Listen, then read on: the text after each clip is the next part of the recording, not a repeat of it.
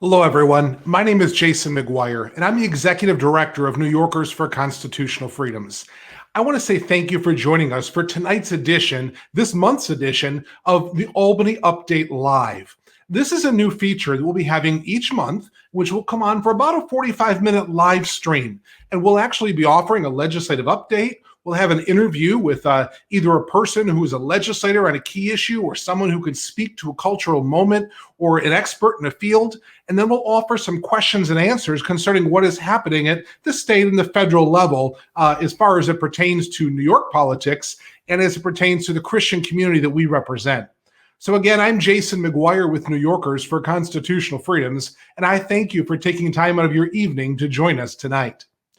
Well, last week, New York State passed a $212 billion budget. Now, that's $212 billion with a B. It's a 10% increase over only last year's budget. And so the budget is growing at an astronomical amount. Now, there's no question that this year's budget was infused by federal dollars that came as a part of President Joe Biden's package that brought dollars to New York. But those are one-shots. Those are things that we're not going to see again next year. And I guarantee you the legislature is not going to want to pull back on any of the spending that they're doing. And so understand the first thing tonight is that New York State, 6 days late, passed its budget, $212 billion. Well, what are some of the things that are in that budget? Well, one of the things that was very controversial was there was a $2.1 billion package that would go to undocumented people that are here illegally. They're not documented citizens, but they will be benefiting from this budget. And that was a controversial piece, even within the Democratic conference. Remember that in New York, there is a super Democratic majority in both the Senate and the Assembly, and Governor Andrew Cuomo is, of course, a Democrat. So it's one-party rule.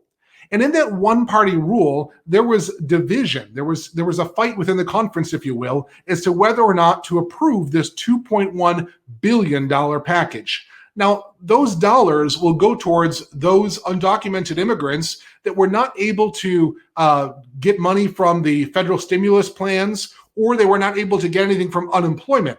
And so these are dollars that will go to those that no doubt are hurting. But again, it was a controversial piece of the budget. There was also a controversial provision regarding mobile sports betting. In fact, it appears that both mobile sports betting and that $2.1 billion buyout that I just talked about was a part of the two pieces that held up the budget and why it was late. So the budget regarding the mobile sports betting did pass. We think that it's questionable that it is constitutional in how the mobile sports betting is set up. In essence, the Constitution says that if you're going to gamble, you got to do it on site. But the problem is that the way that this was done is it will allow people to sit in a football stadium or a baseball stadium somewhere in New York State. They'll be watching a game and they can send a bid or a bet to a casino server somewhere else in the state. And legislators and the governor are arguing that it's constitutional because they're saying, hey, as long as you're paying a server at the casino, that's where the bet was cast. But we know that's not true. It occurred at a Bills game, or it occurred at a Yankee Stadium, or it occurred somewhere else. It really didn't occur at the site where that server was pinged. So we wouldn't be surprised if there isn't some form of court action that's taken to challenge the constitutionality of that mobile sports betting.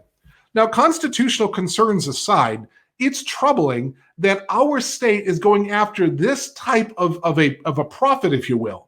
It's a predatory practice. If you think about the number of means that we already have to gamble in this state, we have video lottery terminals, we have full-fledged Vegas-style casinos, we have racinos, we have, you name it, OTB, the lottery, it goes on, and now mobile sports betting. And understand that we really do have a grave problem with gambling addiction in this state already. In fact, Comptroller DiNapoli was concerned about that. And so even before mobile sports betting was passed, he was raising the concern over this issue and sounding the alarm bells that New York State has to be careful before they go down this path. But all that elected officials and all that the governor could see were the potential dollars that would come in from mobile sports betting. And so they have legalized it. And now we're going to see what legal action may follow as to whether or not it stands. But it's a sad state of affairs here in the Empire State, because increasingly elected officials, and again, it's a one-party rule here, but there's elected officials and there's a governor who seem to only be intent on raising dollars through what we would normally call vice taxes.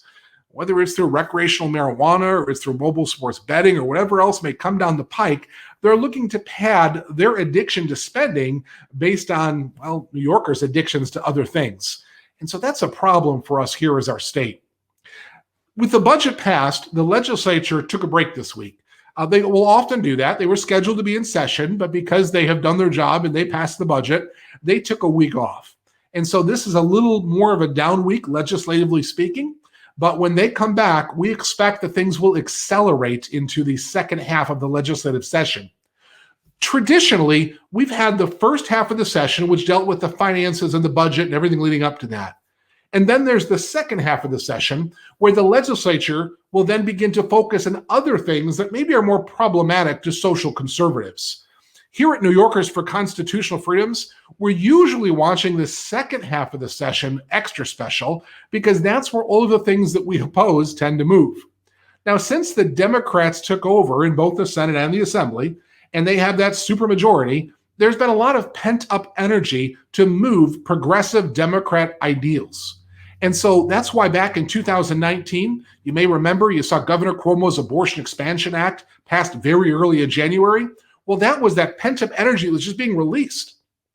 Now that the Democrats are kind of settling a little more into a rhythm, they seem to be turning to this more traditional model of the first half of the session, dealing with the budget, second half, probably going to be some of the more controversial matters. Well, what are some of those controversial matters that could come up? And again, we hope that these won't, but what could come up?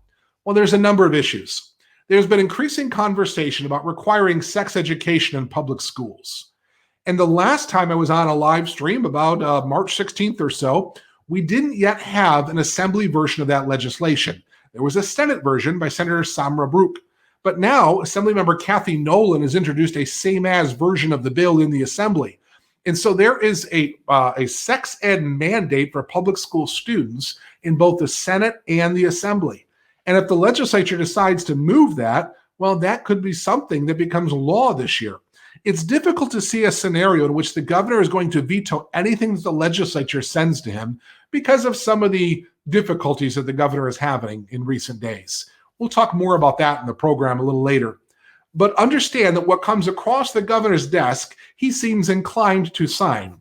And so I would not be surprised if sex ed crosses his desk that it gets signed. Assisted suicide legislation is something we continue to watch. That's something that could move in a legislative session. The votes probably aren't there to move it through the legislature, but I could see a push to maybe try to get it through a committee or two and try to advance the bill this year. That's something we'll be watching. There continues to be this undercurrent about legalizing prostitution in New York State.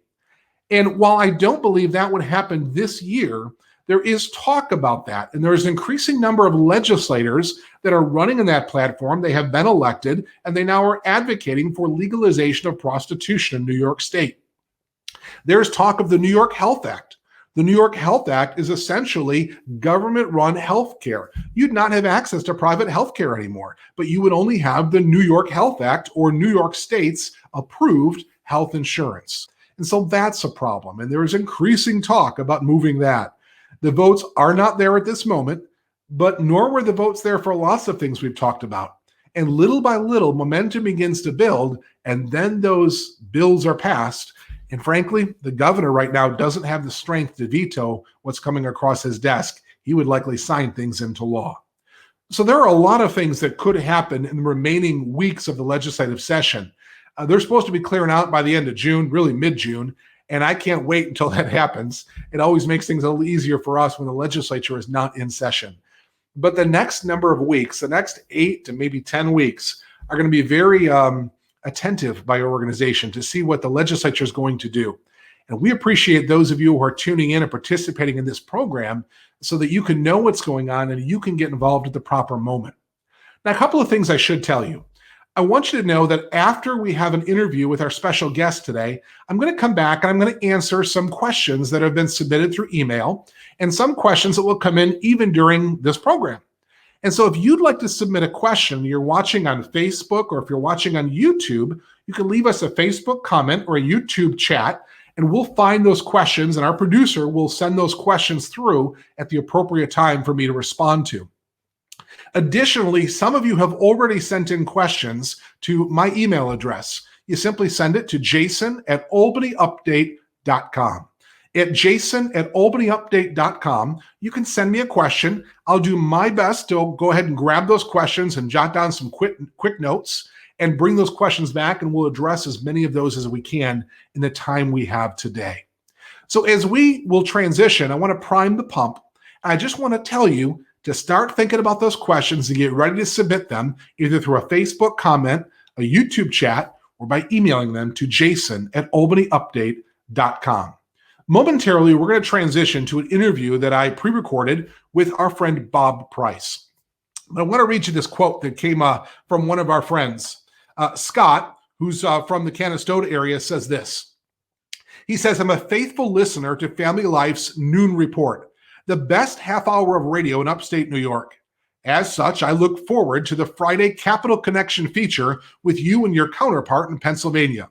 Bob Price is a refreshing anomaly in the news media today, a pleasant, informed truth teller, unlike the ebb and flow of what passes for journalism today. I predict a resounding success as people become aware of the feature. Syndicate it. Well, I have to tell you that my counterpart in Pennsylvania, Michael Gear, and I enjoy doing that Capital Connection with Bob Price on Family Life on Fridays during the Noon Report. And Bob really is a consummate professional, but he's a follower of Jesus Christ. And one of the reasons I wanted to interview him is I wanted to talk to him about what it is to be a Christian in media today. It's a challenging environment. And he works for a Christian radio station known as Family Life. And he'll talk about that in the interview. He'll talk about journalism as a whole. And then we'll come back and we'll talk about lots of other things as well. So watch my interview with my friend, Bob Price.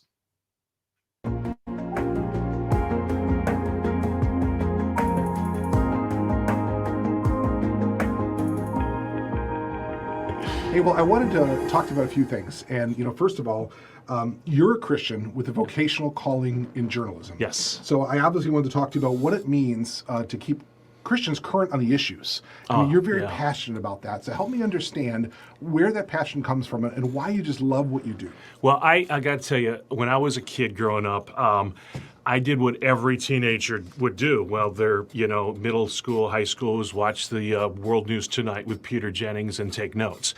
Obviously, that's what every kid does growing up. I had a lot of sisters, and I would take their curling irons and pretend there were microphones, and I would broadcast the World News Tonight with Peter Jennings newscast in the mirror with all the mannerisms, the head tilt, the tick, the everything. And he made the news cool. So I wanted to be the next Peter Jennings.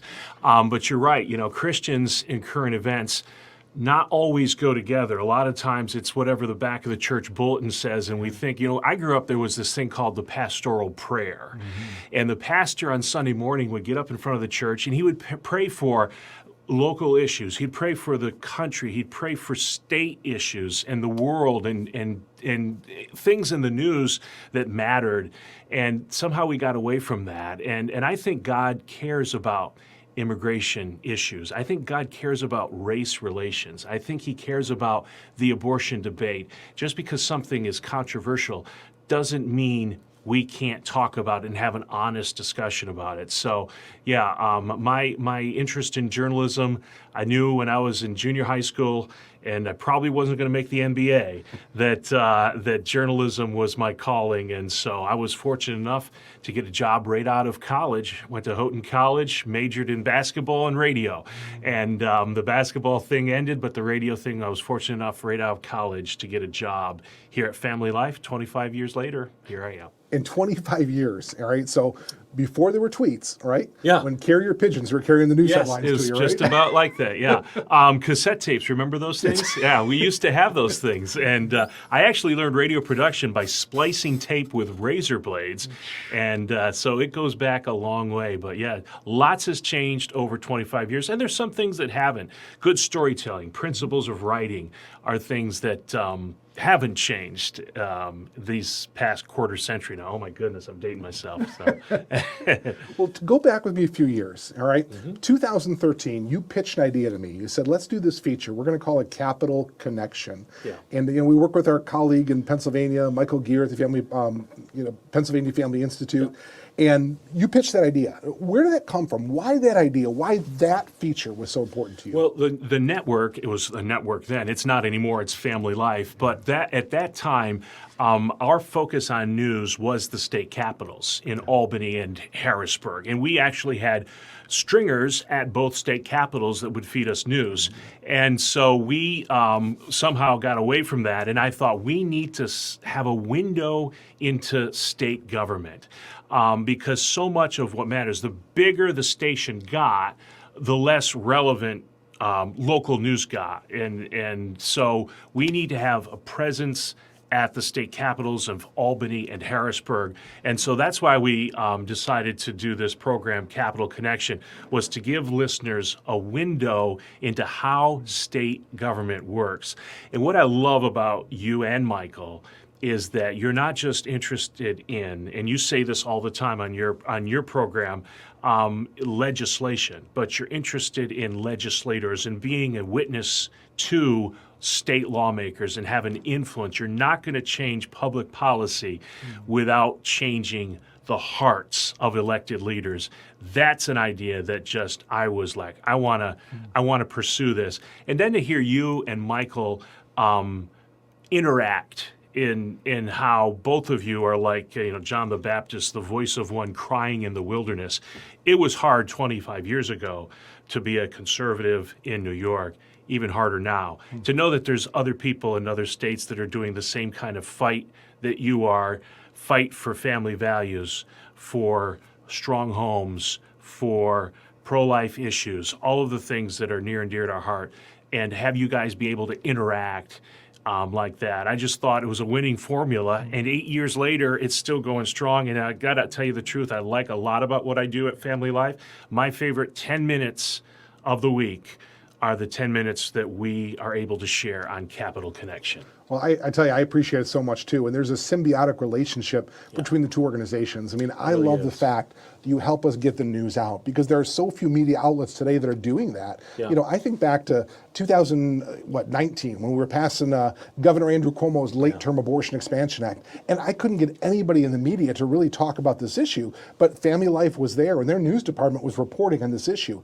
And I can't tell you how many people I heard about after the bill had passed, after the governor had signed the law, and they said, we didn't hear about this. We didn't know it was happening. What can we do about it? And it was tragic to me that more folks weren't listening to Christian radio, to stations like and Family Life that is carrying that news so they can be informed, so they can be engaged. Yeah. And so it matters. So thanks for your work. Well, and again, you were lamenting the fact to me that after the Reproductive Health Act of the late-term abortion bill passed, how you got flooded with emails.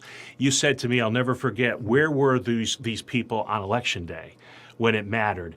And I don't know what the rates for Christians voting is, but it's abysmal.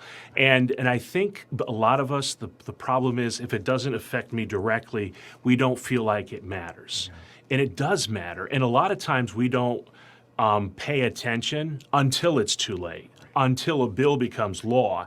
And we love what you stand for, but if nobody knows, then it does no good. And so we try to get as much focus and attention and firepower on those 10 minutes to keep them focused on Albany and Harrisburg, because there is so much that happens behind closed doors. And if we're not shedding light on these issues, a lot of times a bill is passed, it becomes law, and before you know it, How did that happen? Well, it happened because we're not informed, because we're not engaged, we're not activist citizens. And I mean that in a good sense. We need to be engaged in all levels of government and hold people in power accountable. And that's a vital role of media, is holding government accountable. Yeah. And that's kind of where I want to go next. And so when we talk about media today, how important is the role of media? And is it proactive, even investigative? Is it merely reactive, like we so often see after a story passes? Like, what's the role of media in that situation? I've never been more concerned, and I shared this with a college class last week, with the state of journalism as I am today. I grew up knowing that Peter Jennings was a liberal, but I watched his news, and I didn't know that by watching his news because he was fair. Have opinions, yes. And I tell journalists, it's okay to have opinions. The best journalists are opinionated. You wouldn't get in journalism if you didn't have an opinion, but be fair. And another thing that I'm noticing today that's very dangerous is it used to be that a journalist would let their reporting be dictated by the facts. And the facts of a story, they would follow the facts, follow those leads as they come in. Now it seems that journalists will jump to a conclusion and then try to pick and choose whatever facts they can find to justify their narrative on a story. And I'll give you a perfect example. There was a shooting just this week in Atlanta where a young, disturbed man went and killed 8 people. Now, 6 of those 8 people were Asian Americans. It was tragic, just beyond comprehensive. There's a narrative that it was a racially motivated shooting.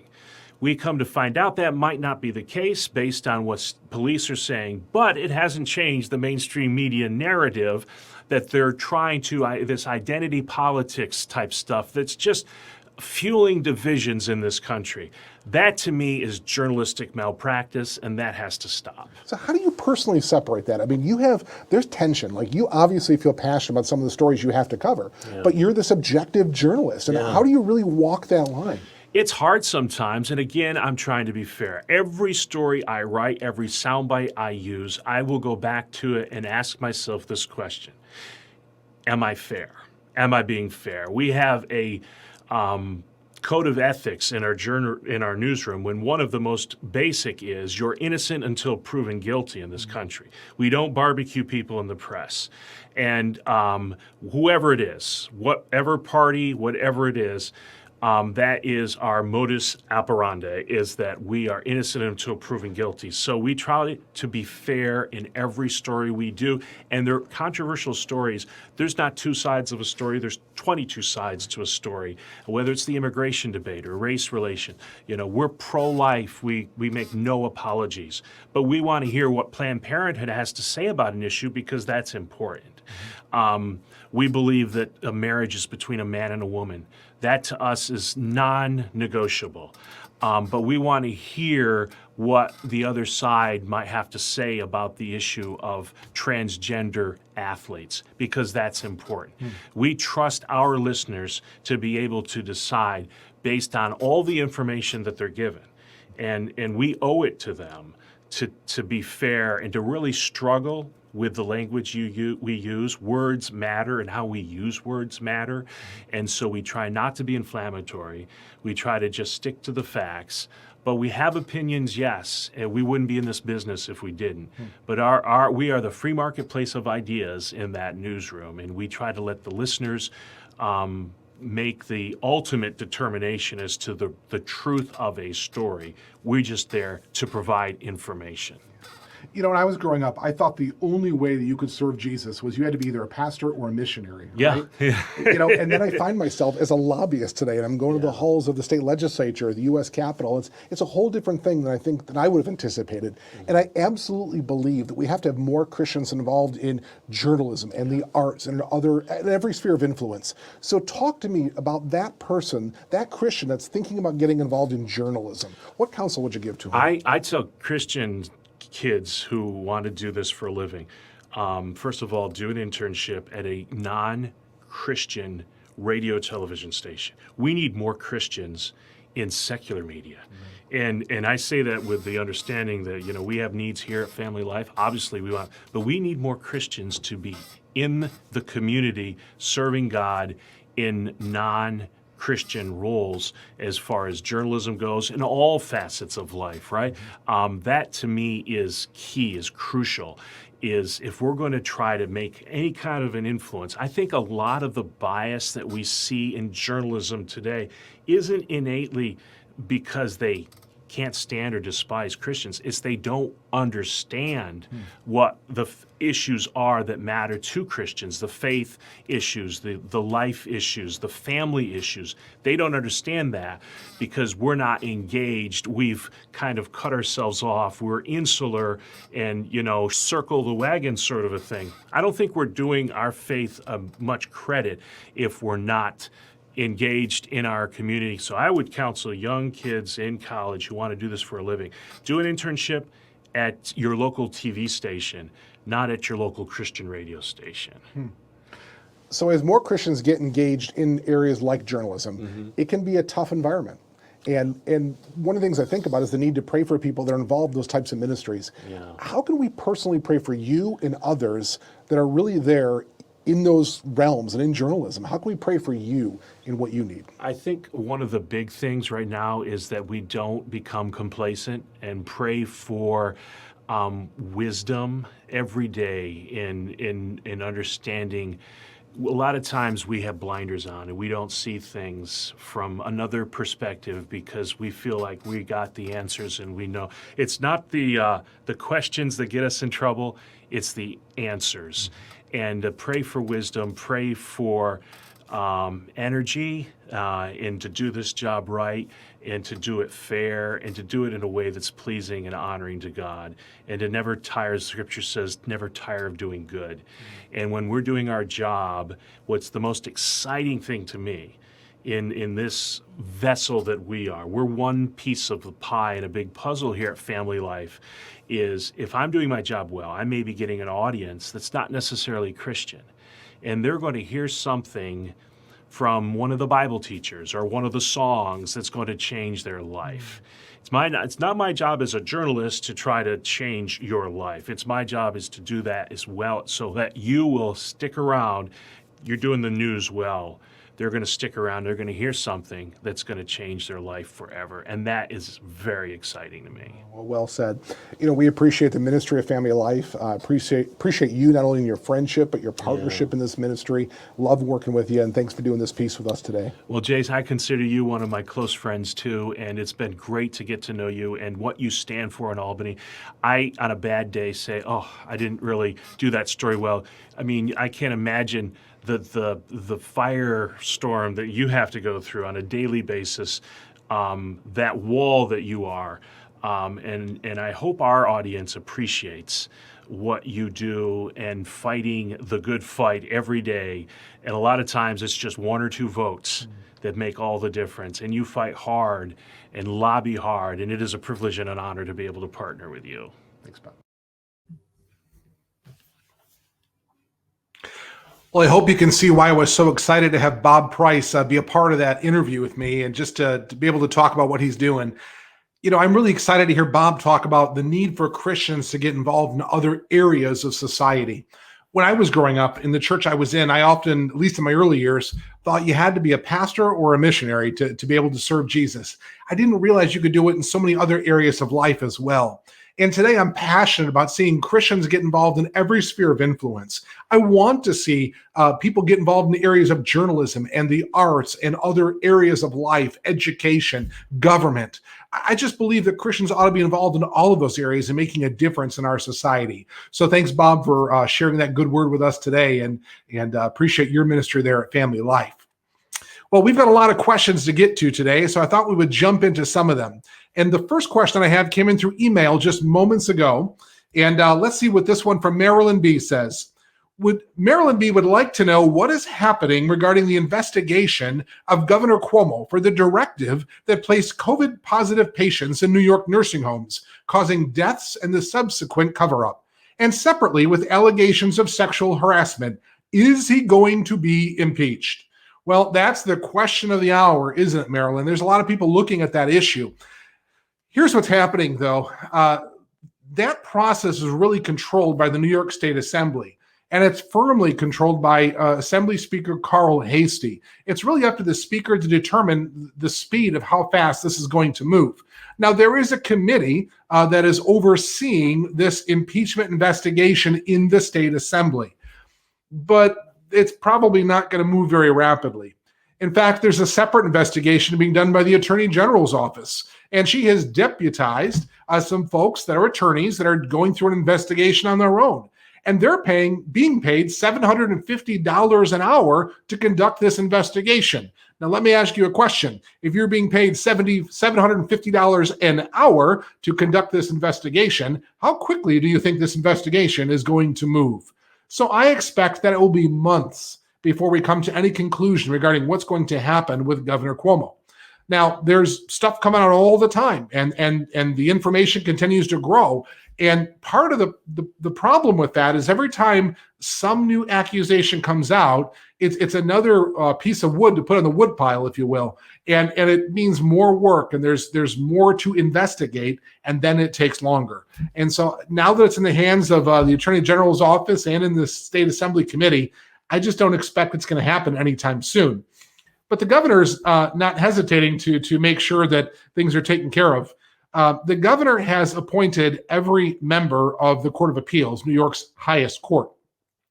Now, he has already appointed every member of the Court of Appeals, but there are 3 vacancies that have been or will be occurring in the court in the coming days. One was tragically caused by a death, and 2 others will be retirements. What does the Court of Appeals have to do with this? Well, if the Assembly eventually recommends impeachment, it moves to the Senate. And then the senators, with the exception of Senate Majority Leader, will not be able to vote in that because she's in line to be the governor. But all the other senators and the Court of Appeals would form that body that would weigh in on whether or not to actually impeach the governor. So think about that. Governor Cuomo will have appointed 7 members, every member of the Court of Appeals, that will then sit on whether or not he would be impeached. He has indicated that in the second half of the legislative session, he's going to move very rapidly to make sure that those judges are seated. And while I believe that these judges will act honorably, understand that when you pick the judges, you probably have a certain ideological bent already, and I would ascertain that they probably line up a lot more with Governor Cuomo than against him. Well, we have a question regarding vaccinations that has come in. And I want to address this because vaccinations has certainly been on the minds of a lot of people. And Amy asks this question. She says, if SUNY mandates, that's the State University of New York schools, or any college, I'll just say, mandates vaccinations, can students file suit? Well, in short, yes, they can, because you can file suit, right? But it doesn't mean you're going to win. And that's part of the challenge with the vaccination lawsuits is the court, all the way up to the Supreme Court, has upheld the rights of government to require vaccinations. And I'm not very optimistic about these cases. Now, please don't shoot me for this. Don't send me angry emails. I know there's people who want this to be differently, but I'm going to call it like I see it. I just don't see the courts breaking that way. But let me encourage you as well. I think it is less likely that we're going to deal with a vaccine mandate, at least in the near future, in light of what's been happening in recent days, especially regarding the Johnson & Johnson vaccine. Now, granted, there have been 7 million vaccinations, is what I'm told, with the Johnson & Johnson vaccine. And there have been 7 cases where women have been experiencing, or 6 cases, I believe it was, experiencing blood clots as they're suggesting related to the Johnson & Johnson vaccine. So it's not very many cases. But it is still experimental. They're finding problems with this. They've now halted the use of the Johnson & Johnson vaccine. And because of those kinds of headlines, it makes it politically difficult to mandate the vaccination when there's still all these public headlines that are out there warning about this particular vaccination. And so I'm not there yet that I think it's going to be a mandate, but it might be at some point. Our position organizationally is we will stand by the rights of individuals to choose whether to vaccinate or not. I am personally not anti-vaccination. I have received many vaccinations. I've been overseas, and I've got the yellow card in my passport to prove it. So I have been received vaccinations for many different things. but I will stand by the right of the individual to decide and to choose for themselves as to whether or not they should be. And that'll be the position that our organization will take. Well, let's see what other questions have come in.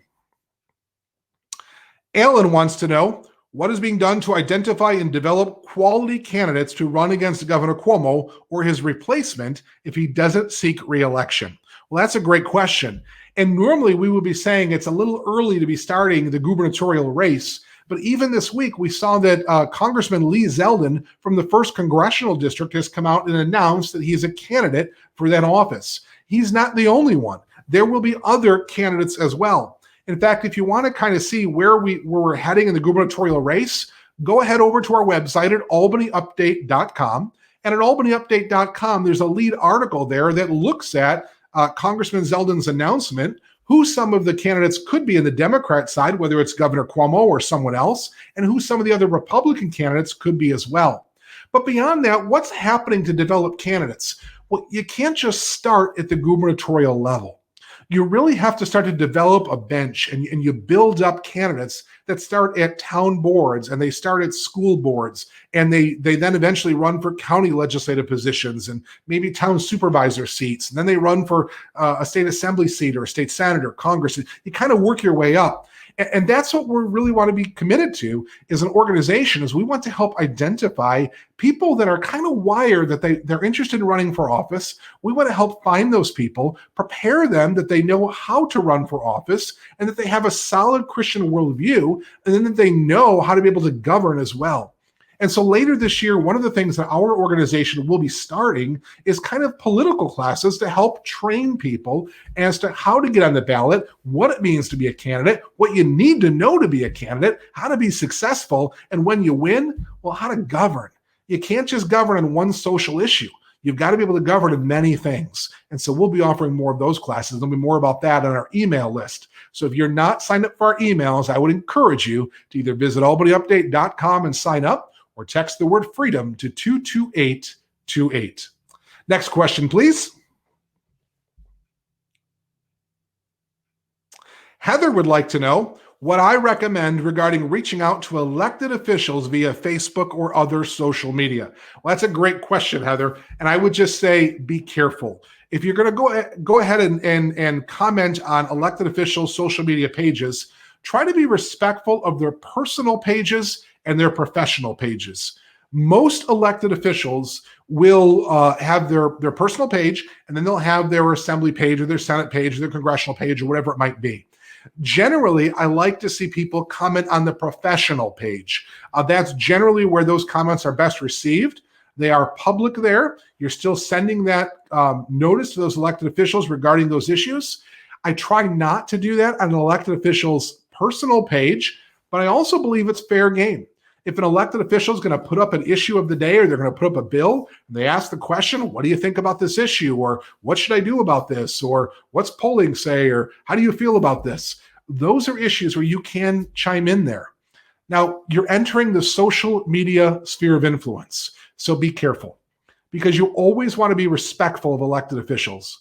And in social media, sometimes that's something that gets forgotten, is we do want to be respectful of elected officials, even on social media. I know sometimes we can feel kind of anonymous in those realms, but we're always wanting to identify as followers of Christ. And so be respectful in what we do and how we interact, but be firm. Learn how to talk winsomely and articulately about the issues that you care about, and then you can boldly go into those places. But you may have to go there a lot, because you'll start a conversation and then there's just a trail of comments that come, and you will have to know when it's time to just say, I'm done, and when you got to go in and help defend a position or a conversation that you've started. I will tell you this, social media is one of the areas to where elected officials read a lot of their own stuff. They don't always see all the emails that come to their office. They don't always see or hear all the phone calls. They don't take most of the phone calls. They'll be taken by a staffer or an intern, and they'll probably know that there were so many calls for or against an issue. But on social media, legislators will often watch to see what's being said about an issue. And so if you really want to speak directly to an elected official, sometimes social media is the way to do it. Another great way is a letter to the editor. They do read the letters to the editor.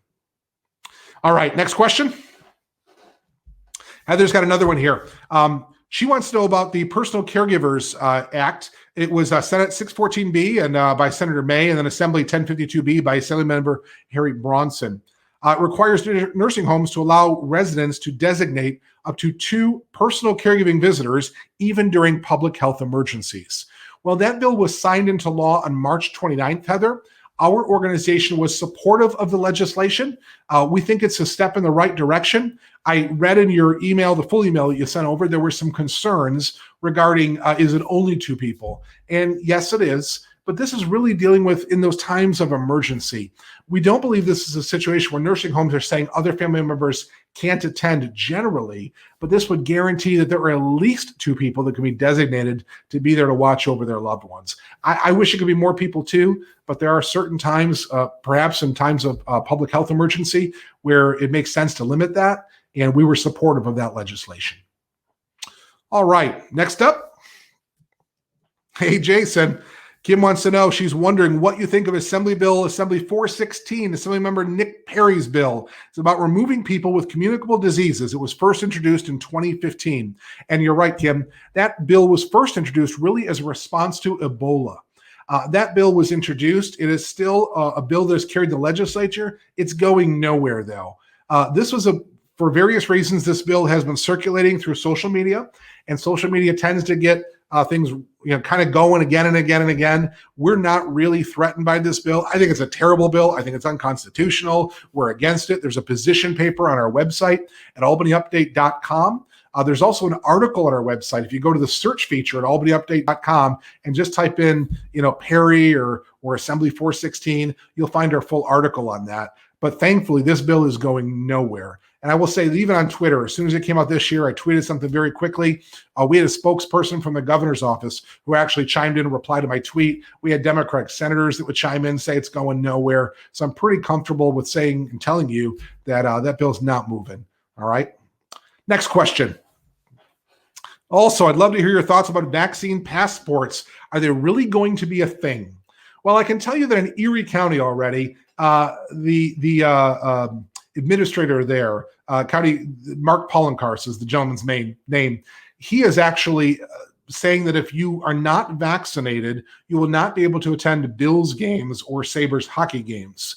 And he's using the rationale that those facilities are partially owned by the county, and so it won't even require state approval for that.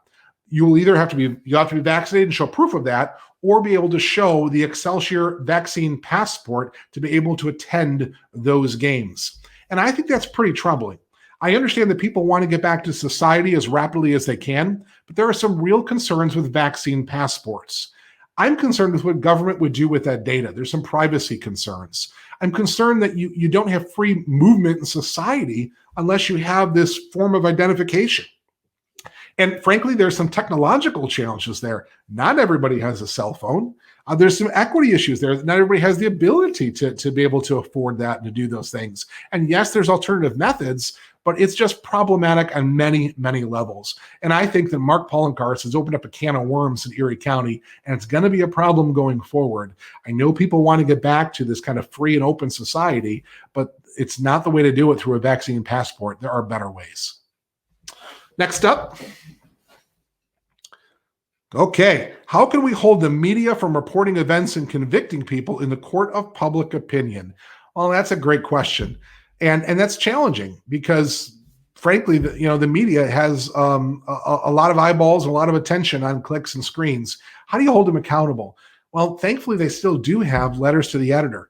And so you can, as I mentioned earlier today, submit letters to the editor. And when you see something that is not right in the media, call it out. And oftentimes they will print those letters. You can also communicate that through your subscriptions. If you're subscribing to a newspaper that you don't think is doing a fair job, then you can communicate that as a subscriber. Call and make that known. It's true in other forms of media as well, television, radio, and other means. We live in a day and an age which we are convicting people oftentimes to the court of public opinion. And we're just going to have to train ourselves to not be there. And we're going to have to make sure that we're looking for truth in all these instances and encourage others to do the same. I think that's a strong message that Christians can bring to the culture right now, is to look for truth in every circumstance. We got a few more questions there. All right. So we've gotten through all of our questions today. We have concluded the time that we're actually going to have for this. We've gone a few minutes over, but we've gotten to those questions. I want to thank you for joining us. This is going to be a monthly feature we're going to do. And if you appreciate the work that New Yorkers for Constitutional Freedoms is involved in, or our educational arm, New Yorkers Family Research Foundation, well, at albanyupdate.com/live, there's 2 buttons at the bottom of the page where we would kindly receive your financial support for the work that we're involved in. Thank you for being here today, and I look forward to seeing you at next month's edition of the Albany Update Live.